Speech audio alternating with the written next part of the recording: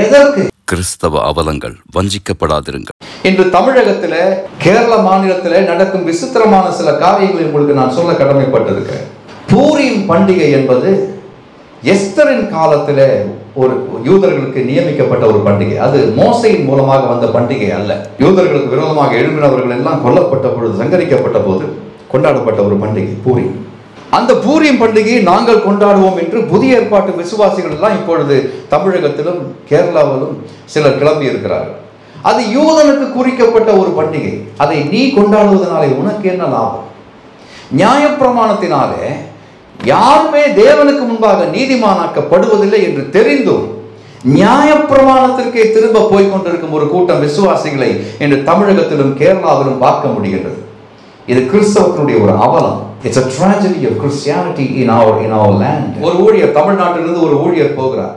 கேரளாவிலே IBC சபையினுடைய ஒரு கூட்டத்தில், ஒரு கன்வென்ஷனில் ஒரு பெரிய ஒரு ஆடினுடைய ஒரு கொம்பை எடுத்துக்கொண்டு போய் அங்கே எக்கால தொனியில நீண்டு முழக்கி கொண்டிருக்கிறார். எதற்கு? புதிய ஏற்பாட்டை வாசித்து பார்த்தால் பவுலோ, பேதுருவோ, ஸ்தேவானோ எக்கால தொனி முழக்கினதாக இல்லை. புதிய ஏற்பாட்டு விசுவாசிகளுக்கு அது தேவையில்லை. நியாயப்பிரமாணம் உங்களை தேவனுக்கு முன்பாக நீதிமான் ஆக்குகிறது இல்லை.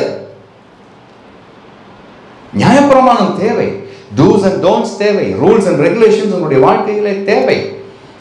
புதிய ஏற்பாட்டு சபைக்கு 10 கற்பனைகள் இல்லை என்றெல்லாம் நான் சொல்ல வரவில்லை. ஆனால் யூதனுடைய பண்டிகை உங்களுக்கு எதற்கு?